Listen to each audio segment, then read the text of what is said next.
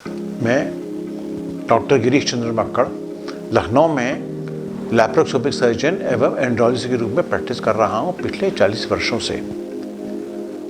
Andrology में हमको दोनों चीज़ देखनी पड़ती है, पुरुष का पुरुषार्थ और उसका संतान उत्पन्न करने की क्षमता। जहाँ संतान उत्पन्न करने की क्षमता में बात होती है तो इलाज होता है मेल इनफर्टिलिटी का या उसकी फिजिकल इम्प्रूवमेंट यानी कि शारीरिक क्षमता का कि वो संतान उत्पन्न कर सके। शारीरिक क्षमता का मामला ये होगा कि उसकी जो लिंग है उसमें इतना तनाव होना चाहिए कि वो स्त्री के अंदर अपना वीर पहुंचा सके जहाँ तक पहुंचना चाहिए। पुराने ज़माने में बड़ी भोंडा शब्द यूज होता था नपुंसक, या अंग्रेजी में कहते थे इम्पोर्टेंट। गलत शब्द था वो, क्योंकि हो सकता है कि उसको क्रिया करनी ना आती हो या क्रिया में सहयोग ना मिल रहा हो, तो हर कंडीशन में वो स्त्री को से संबंध स्थापित नहीं कर सकता। तो अब हम लोग उसको कहते हैं इरेक्टाइल डिसफंक्शन। इरेक्टाइल मतलब कि जो तनाव लाने की क्षमता और उसमें कुछ बाधक है। अब तनाव क्यों नहीं आ रहा है? तनाव आने के बहुत से कारण हैं। कारण शारीरिक भी हैं, कारण मानसिक भी हैं और कारण सामाजिक भी हैं। शारीरिक, अगर किसी को कोई ऐसी बीमारी डायबिटीज़ वगैरह है जिसकी वजह से खून का दौरान स्लो है, तो वो नाड़ियों में खून भरता नहीं है और लिंग में इतना खून नहीं जमा होता कि दबाव पूरा है कि लिंग में तनाव आ जाए, तो एक शारीरिक कारण ये है।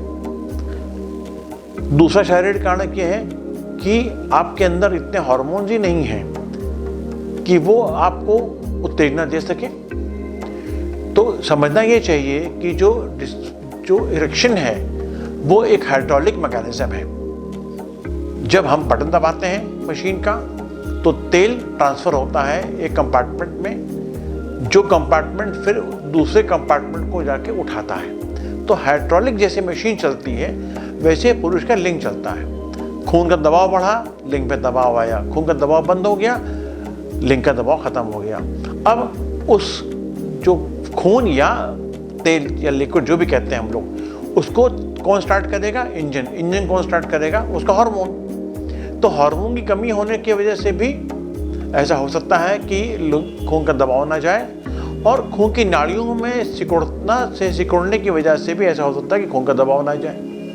तो ये बड़े बड़े बेसिक शारीरिक कारण हैं, ठीक। लेकिन एक और तरफ चलते हैं हम लोग कि जो हमारे शरीर में हार्मोन उत्तेजना के पैदा होते हैं वो एक विचार से पैदा होते हैं। जब कोई विचार आता है कि हमें ऐसा करना चाहिए तो वो हार्मोन्स बढ़ना शुरू होते हैं, और जब ये हार्मोन्स बढ़ना शुरू होते हैं तो ये धीरे धीरे जाके खून का दबाव बढ़ाते हैं।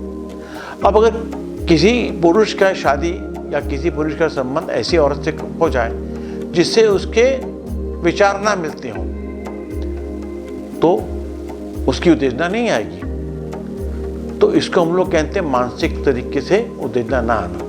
पहले हमने बोला शारीरिक तरीके से, अब है मानसिक तरीके से उत्तेजना ना आना, ठीक। आपको स्त्री पसंद नहीं है या स्त्री आपसे सहयोग नहीं कर रही है, आप कितना भी इच्छुक है संबंध बनाने के लिए, लेकिन स्त्री आपसे सहयोग नहीं करना चाहती, वो कोई ना कोई बहाना दे देती है आपको। जैसे कि मेरे पास एक पेशेंट आया था और अच्छे दंपति थे, अच्छे घराने के पढ़े लिखे लोग थे, और लगातार शिकायत थी कि आप ये काम करने में सक्षम नहीं है।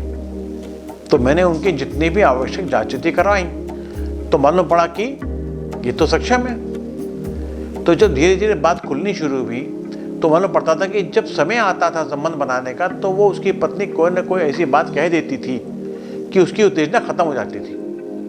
तो पुरुष की उत्तेजना बहुत ज़रूरी है और पुरुष का प्रेम ज़रूरी है कि वो उससे संबंध कर सके। अगर स्त्री नहीं चाहती है तो पुरुष कुछ भी कर ले, वो संबंध नहीं हो पाएगा, ठीक। फिर होता है सामाजिक, क्या है, बहुत से कारण हैं। आपकी शादी ऐसी जगह कर दी गई जहां आप वो करना चाहते नहीं थे, अब आपको लड़की पसंद नहीं है, या उसके बिहेवियर पसंद नहीं है, उसका रहन सहन पसंद नहीं है, तो वो आप उसके संपर्क में जाके आपकी सारी उत्तेजना अपने आप खत्म हो जाएगी। तो जबकि आपकी पत्नी है लेकिन आप संबंध नहीं कर सकते, बात होती है साहब ये संबंध नहीं हुआ है, तो संबंध तो नहीं हुआ, ये बात मानते हैं हम लोग। तो जब हम लोग के सामने ऐसे केसेस आते हैं जिसमें ये इल्ज़ाम लगता है कि साहब ये पुरुष जो है ये स्त्री के लायक नहीं है, स्त्री को संतुष्ट नहीं कर सकता, इसलिए इसकी संतान पैदा नहीं हो सकती, तो हम लोग को ये फैसला करना पड़ता है कि वाकई ये आदमी बीमार है या कोई और कारण है। तो टेस्ट करने का तरीका बड़ा आसान है। हर बच्चा जब बड़ा होना शुरू होता है तो हस्त मैथुन करता है। हस्त मैथुन जब करता है तो पूरा इरेक्शन उसको आता है, यानी कि पूरा तनाव आता है, तभी तो उसके सीमेंट डिस्चार्ज होता है। तो हम पहली बार कहते हैं मरीज से, भाई साहब ऐसा कीजिए, आपकी जांचें बाद में और कराएंगे, लेकिन अपना एक वीर चेक करा लीजिए कि आप में कोई कमी तो नहीं है वीर में। सिर्फ वीर की बात करते हैं, उसकी ताकत की बात नहीं करते। अगर वो आराम से अपना वीर दे देता है और वीर सामान आता है, इसका मतलब है कि उस पुरुष में कोई बड़ी बात बीमारी नहीं है। लेकिन फिर भी ये प्रूफ तो नहीं हुआ। हम कहते रहते हैं भाई जो उसने मास्टरबेशन करा है, जिसने हस्बैतुन देख के अपना वीर दिया है, तो उसका तनाव तो पूरा आया ही होगा ना। लेकिन फिर भी हमको एक और डॉक्यूमेंटेड प्रूफ देना पड़ता है। अगला प्रूफ क्या देते हैं हम, कि उसके हम हार्मोन चेक कराते हैं, क्योंकि सुबह 7 बजे बासी मुंह निकाले आते हैं खून से द्वारा। अगर हार्मोन भी नॉर्मल है तब एक पक्ष और बढ़ गया कि ये आदमी ठीक है। फिर भी एक शिकायत चली आ रही, लड़की के फादर आता हमारे पास, नहीं साहब ये तो आपने कह दी, मैंने मान लिया, लेकिन कर तो नहीं पाते ये, हम तो इसे डाइवोर्स देना चाहते हैं, और डाइवोर्स देंगे तो बदले में मुआवजा भी लेंगे।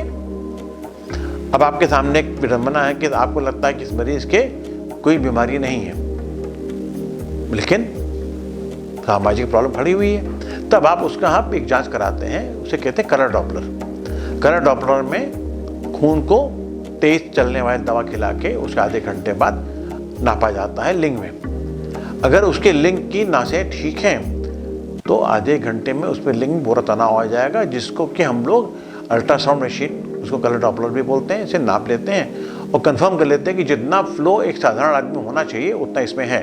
तो यानी कि अगर उसके वीर दे सकता है वो, अगर हार्मोन सही है और अगर उसके कलर डॉपलर के अंदर फ्लो सही है, तो वो पुरुष का इरेक्शन सामान्य है।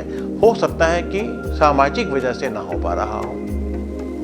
तो ऐसे कंडीशंस में आपको काउंसलिंग करनी पड़ती है कि भाई आप लोग आपस में फैसला कर लीजिए, आपके पुरुष में कोई गड़बड़ नहीं है। अगर आपको फिर भी कोई शिकायत है तो अलग से देखा जा सकता है इसको। तो पुरुष को संतान ना होना इस वजह से ना होना कि उसको इरेक्टाइल डिसफंक्शन है, एक विचरणीय चीज़ है। जरूरी नहीं कि जो कहा जा रहा है वो सही है। मैंने जैसे पहले भी कहा, सामाजिक कारण भी हैं, शारीरिक कारण भी हैं और मानसिक कारण भी हैं।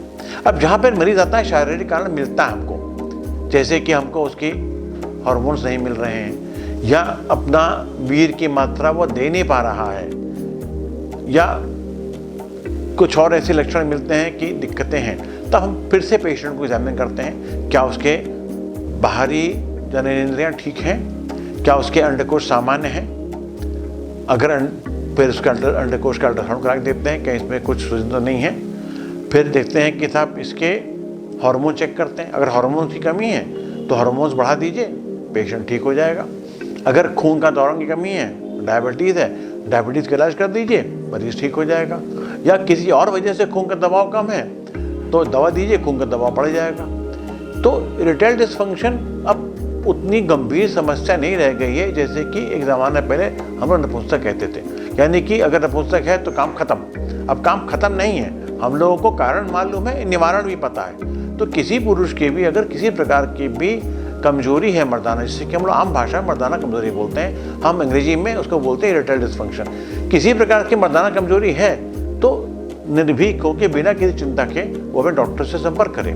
हमेशा याद रखें कि जो आपकी ये क्षमता है एक स्त्री से सहयोग करने की, संभोग करने की, ये पूरे शरीर से जुड़ी हुई है। अगर आपका दिल अच्छा है, आपका जिगर अच्छा है, आपका दिमाग अच्छा है, आपका खून का दौरान अच्छा है, यानी कि आप बाकी जगह स्वस्थ हैं तो यहाँ भी स्वस्थ होंगे। या अगर आप शारीरिक रूप से अस्वस्थ हैं, आपका दिल कमज़ोर है, आपका डायबिटीज़ है या आपके कोई और रोग हैं, किडनी फेलियर है, तो यहाँ पर ही प्रॉब्लम होगी। इसको अलग से इलाज करने की ज़रूरत नहीं है, ना इसको अलग से समझने की ज़रूरत है। हमें जब मरीज़ देखना होता है इरेक्टाइल डिसफंक्शन का, तो हमको मरीज़ को पूर्ण रूप देखना होगा, सब जांचें करानी होंगी, उसका स्वास्थ्य कैसा है। अगर स्वास्थ्य ठीक है, सारे बाकी सिस्टम ठीक से काम कर रहे हैं, तो निश्चिंत रहिए ये सिस्टम भी ठीक से काम करेगा। और अगर ये सिस्टम बीमार है तो निश्चिंत रहिए कहीं ना कहीं और बीमारी भी आने वाली है या आ चुकी है। जैसे कि हम लोग का मानना यह है पिछले कुछ सालों से कि जब ये सिम्टम्स सामने आते हैं इरेक्टाइल डिसफंक्शन के, उससे 3 से 5 साल के बाद 48 से 58% लोगों के पहला हार्ट अटैक होता है। यानी कि ये लक्षण जो है इरेक्टाइल डिसफंक्शन का, ये हार्ट की बीमारी का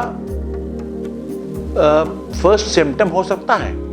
क्यों? जैसे अगर मान लीजिए आपकी लिंग की नस सिकुड़ गई है, तो जिस बीमारी से आपकी लिंग की नस सिकुड़ी है, याद रखिए उसी बीमारी से आपकी दिल की नस भी सिकुड़ती है और उसी बीमारी से आपकी दिमाग की नस सिकुड़ती है। यानी कि आपको हार्ट अटैक भी हो सकता है, आपको स्ट्रोक भी हो सकता है।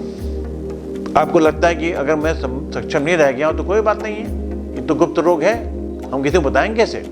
अरे भाई साहब, बताना पड़ेगा आपको, क्योंकि ये आपकी शरीर में बीमारी शुरू होने की पहली पहचान है।